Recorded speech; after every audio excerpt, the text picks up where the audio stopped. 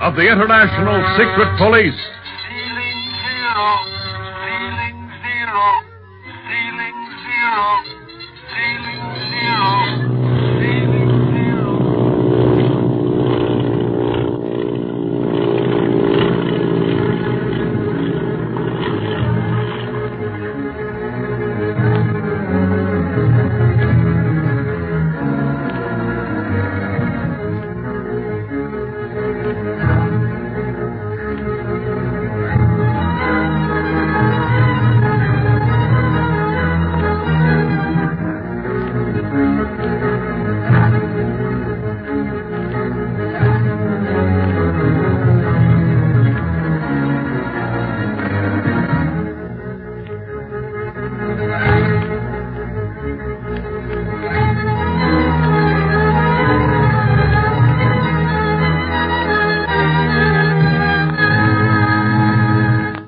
Speed and Clint can learn nothing about the missing Barney when they pay a supposedly friendly visit on Paul Mcnear. Neither do they reveal to him that they know he is the Octopus. Speed discovers a trap door in the floor of the scientist's laboratory, however, and after leaving the mysterious house, Clint orders Chief Tipo to return to Lhasa and hold his men ready for an attack should he and Speed not return before midnight. Meanwhile, the two plan to enter the house through a door Clint has spotted leading into the basement. We find them before the door now, with the Tibetan winds swirling around them. Golly, this wind is cold, Clint. Yes, it's right off the snow, Speed. Comes whistling down the pass from these high mountains all around us. Well, let's hurry and get inside then. Maybe it's not as safe, but it'll be warmer than it is out here. The door's locked. Now keep watch, Speed, while I try these pass keys of mine. There ought to be one to fit this lock. All right, Clint. Go ahead. I can't risk discovery now. You know, I had a feeling that we were being watched by unseen eyes all the time we were in that laboratory. You did, Clint? Yes. I'm sure we were surrounded by Octopus gangsters. That room is probably full of secret panels. One wrong move from us, and it would have been our last. I wanted to open that trap door. Now you know why I insisted that you forget the whole thing. Oh, here we are. This key fits. Follow me, Speed. Okay.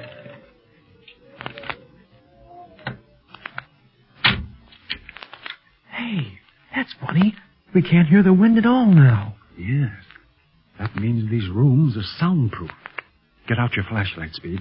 There's not a window in this place. Okay, I've got it. Looks just like any other empty room. But why is it soundproof? Hey, that's right. The Octopus told us he hadn't investigated any of this house outside of the laboratory and his living quarters, and yet this room is as soundproof as a modern radio station. That proves he wasn't telling the truth. But we didn't need that proof, Speed. Though Chief Tipo might have learned something from this. Let's see what else we can find. Now stay close behind me. All right.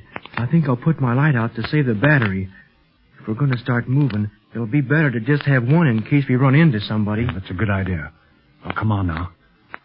See what's on the other side of that door over there. And whatever you do, Speed, don't stumble over anything.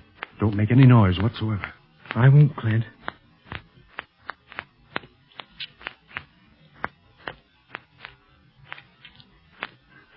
Now, I'll snap my light off before we open this door, just to be on the safe side. Oh, you open it, Speed. I've got my flashlight in one hand, my gun in the other. Okay.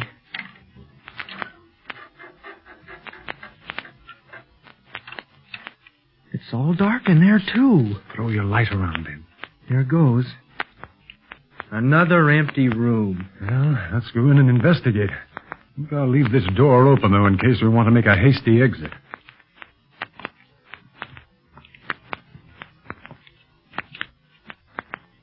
Clint, what do you think these rooms are for? That's just what I was wondering about, Speed. Judging from the past activities of the Octopus, I'd say these were storerooms. Storerooms? Yes, to hide contraband of every sort, from dope to men. Gee, then the Octopus is going to do his smuggling from here. It looks like a perfect setup to me. Tibetans are a trusting and honorable race. Now, their police are more like peace officers, working to help Tibetans in every possible way, rather than be on the lookout for criminals. But they have criminals here, don't they? I mean, criminals of their own? To the north, yes. Brigands that roam the wild and windy stretches of the Shangtang or the Great Plateau. But since these plains are only inhabited by a few shepherds, well, no one bothers the brigands because they rob to eat rather than because they like crime. Then the Octopus could smuggle almost anything out of Tibet, and protected by his disguise of Paul Mcnear, could get away with it. Unless we stop him, Speed. Oh, but let's not stand here talking. We have a lot to do. Listen, someone's coming. Quick, back into the first room. Douse your light.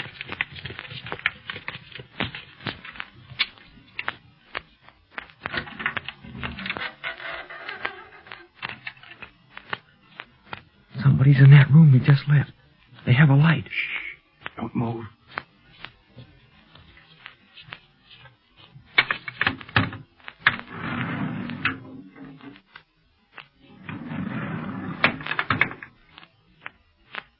All right. We're safe now for the time being. Ooh, that was a narrow escape. Yeah, but at least we didn't get caught. Now, let's go back into the next room again, but be careful. You bet. Can I use my light now? Yes. There's the door we must have come through and... Clint. What? Where did he go? Well, what do you mean? We heard him come in one door and close it after him. Then he went out through another. Where is it? Flash your light around like I did. I only saw one door besides the one we just came through. You're right, Speed. That means that there's a secret door or panel in this room.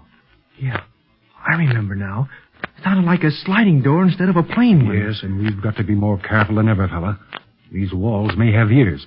And Speed, try to remember these rooms, their location. I'm going to do the same thing, and between the two of us, I think we can work out a sort of ground plan of this place when we return to Lhasa. All right. Maybe we could even find out where the secret panels are. No, we better not try that while there's just the two of us here. Listen, what's that? What? Sounds like it's coming from the other side of that door. Let's go in there, Clint. No, wait a minute. Let's see what happens next.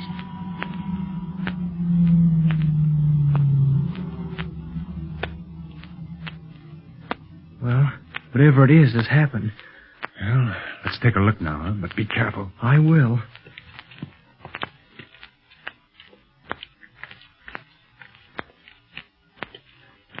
Well, here we are. I'll open this door.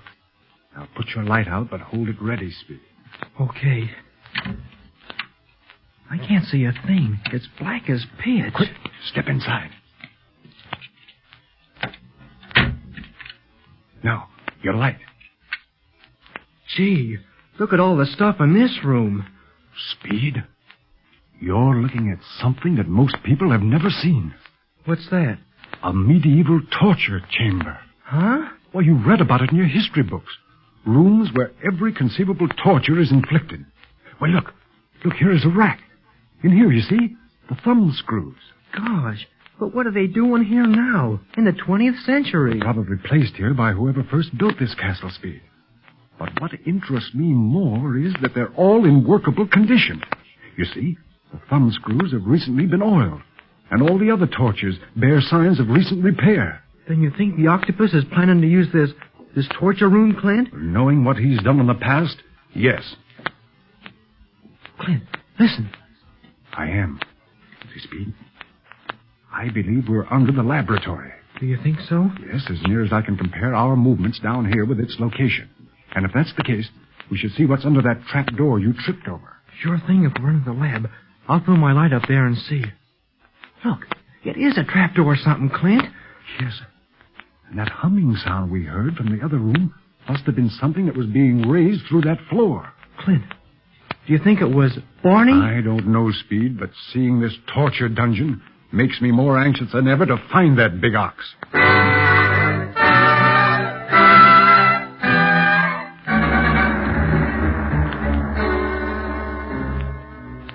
Just let me off in this table and I'll tear you apart, Octopus. What's the idea of strapping me down and then raising me up like I was on an elevator? Quan Wu, how is it that Dunlap regained consciousness? The vapors of sleep did not hold him long, Master. But if you saw him recovering, you fool, why did you not prevent it? There are other ways of keeping a man unconscious aside from the vapors of sleep. I lost my head for a moment. Knowledge that the secret police were above confused me. Confused? Scared you mean? You were afraid to touch me even though I was tied fast to this darn table. You're just a bunch of yellow rats. Remember, Dunlap, it is your misfortune that you awakened. Don't give me that, Octopus. Awake or asleep, my goose is cooked. Your pal Quan Wu told me that much. So? And what else did Quan Wu tell you? Nothing, Master, I swear it. I shall attend to you later. Meanwhile, I must continue my experiment on Dunlap now that his friends have gone. So they've gone. I knew it. Clint and Speed are too smart to let you catch them. I did not try to catch them, as you say. They believe me to be Paul Mcnear, the scientist. And could I tell them different? Oh, no, Dunlap. You will never tell anyone anything. I have other plans for you. Quan Wu, hand me that cone connected with the tank of the vapors of sleep. Yes, Master. Here it is. This time Dunlap shall not awaken so soon. So that's what put me to sleep before. Well, you're not going to get away with it again, do you hear me? Get away from me. No, you can't do this to me. Help! Baloo! Quick, turn on the vapors, Quan Wu. Yes, Master.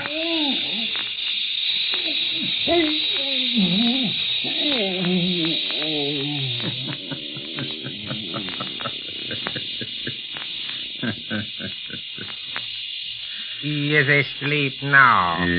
Yes, but I'm giving him a larger dose. This time he must not awaken before I have learned all that I wish from him. You really think the thought recorder machine will work, Master? If I were as sure of you as I am of these machines, Quan Wu, I would have nothing to worry about. But you can trust me. I told Dunlap nothing. I can trust no one who loses his head in emergencies. It is the first time. It shall not happen again. See that it doesn't, Quan Wu, because if it does, I promise you, you will not have another chance. I shall remember. And now, take this cone away. Dunlap has had enough. After all, I do not want to destroy him. Yet. Yes, Master. Now, to continue with the record of his thoughts. But where's the helmet? Helmet? Yes, the one that fits over his head. Oh, I remember. I disconnected it when he began to regain consciousness. I feared his cries for help would arouse the suspicions of the secret police, so I removed the helmet the better to muffle his cries. Well, where is it? It must be still in the torture chamber below us. I set it aside, I remember now. You fool! Go below and get it immediately. At once. I only removed it because... Enough! Bring me the helmet immediately. Go below to the torture chamber before I really lose my temper.